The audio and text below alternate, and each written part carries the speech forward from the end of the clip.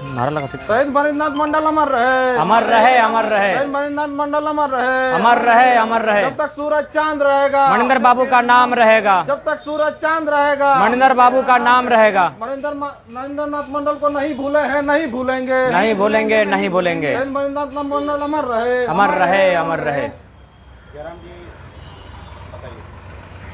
आज झारखंड विशेषकर कोयलांचल की धरती में माफियाओं के खिलाफ संघर्ष करने वाले मजदूर मजलूमों की आवाज़ बनने वाले मणिंद्रनाथ मंडल की आज जयंती है।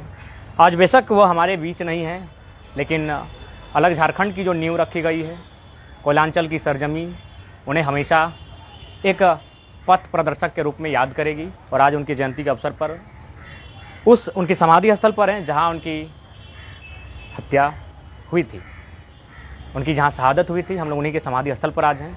और आज यहाँ आने का उद्देश्य यही है कि जब हम अपने शहादत दिए हुए बलिदानी पुरुषों के समाधि स्थल अथवा उनके विचारों के समीप आते हैं तो कहीं ना कहीं हमें एक प्रेरणा मिलता है। उसी के प्रेरणा स्वरूप आज हम लोग यहाँ उपस्थित हुए हैं, आज उन्हें नमन करने, उन्हें वंदन करने।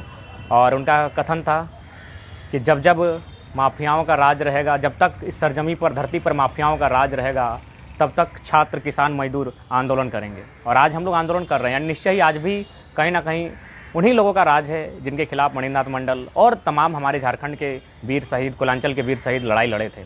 आज उनकी लड़ाई बेशक उन्होंने जिस मकसद के साथ लड़ाई को लड़ा था उस मुकाम तक अभी नहीं पहुंच पाए हैं, लेकिन आने वाली पीढ़ी कहीं ना कहीं तैयार है।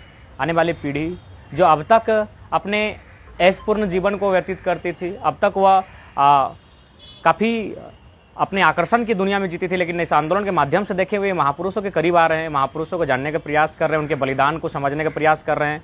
और इससे स्पष्ट है कि जो उनका सपना था, जो उनका ख्वाब उन्होंने देखा था, एक ऐसे राज्य का, एक ऐसे कोयलांचल का जहां वहां के लोगों पर शोषण ना हो, जुल्म ना हो, तो कहीं ना कहीं आने वाली जो जनरेशन है, ये जो युवा पीढ़ी है, वो उस रास्ते की ओर प्रशस्त है, उनका मार्ग उस रास्ते पर चले हैं। उसी क्रम में आज हम लोग यहाँ आए हैं। यहाँ आने के बाद प्रेरणा स्वरूप हमें प्रेरणा मिलती है और उसी क्रम में आज यहाँ आना हुआ। और हमारा मकसद ही है, इस आंदोलन का मकसद भी है जो झारखंड राज्य में आज चला है। जिन मकसदों के साथ अलग राज्य बना था, उस मकसद को मुकम्मल करना, इसी लड़ाई के साथ हम लोग भी लड़े हैं। जो लड़ाई कभी इस कोयलांचल की धरती की बात करें तो मणिंद्रनाथ मंडल बाबू, शहीद शक्तिनाथ महतो, नेपाल रवानी जी, रसिक हंसदा, अन्य तमाम कई ऐसे वीर हैं, नामों की गिनती समाप्त नहीं होगी। इतनी शहादत इस कोयलांचल की धरती से गया है। और कोयलांचल की धरती से शहादत जानने के कारण औद्योगिक क्षेत्र का होना, कोयलांचल से शहादत जानने का कारण पूंजीपति महाजनवादी प्रथाओं का यहाँ हावी होना, उन्हीं के खिलाफ संघर्ष करते करते हमारे महापुरुष शहीद हुए हैं। और आज आने वाली जनरेशन को उन चीज़ों को समझना होगा कि वो चीज़ें हमारे लिए कितनी घातक हैं। आज उनके खिलाफ हमें एकजुटता के साथ लड़ना होगा और ऐसे समाज, ऐसे कोयलांचल, ऐसे राज्य का निर्माण में अपनी भूमिका अदा करना होगा जहाँ सभी लोग, सभी वर्ग के लोग शांति के साथ अपने अपने हक अधिकार के साथ जीवन यापन कर सके, जहाँ उन्हें आज़ादी का अनुभव हो।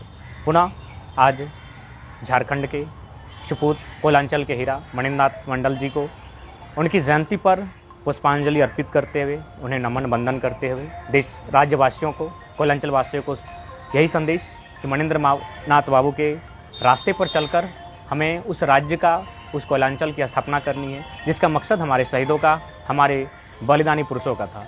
जय हिंद, जय झारखंड, जोहार झारखंड, मणिंद्र बाबू अमर रहे, झारखंड के तमाम अमर शहीद अमर रहे। क्या लग रहा है कि शहीदों को अभी तक सम्मान मिल पाया? नहीं मिल पाया है, बिल्कुल नहीं मिल पाया है। मैं भी एक शहीद का ही पुत्र हूँ, लेकिन आज तक मेरी माँ को 3000 के पेंशन के अलावा और कुछ नहीं मिला है। तो कहीं ना कहीं हम लोग पेंशन के लिए नहीं लड़े थे, ना एक स्मृति पत्र के लिए लड़े थे और ना ही 4थी ग्रेड में नौकरी पाने के लिए लड़े थे। झारखंड के जितने भी शहीद हुए हैं उनका परिवार जिंदा है, उसके परिवार के कोई ना कोई सदस्य जिंदा है।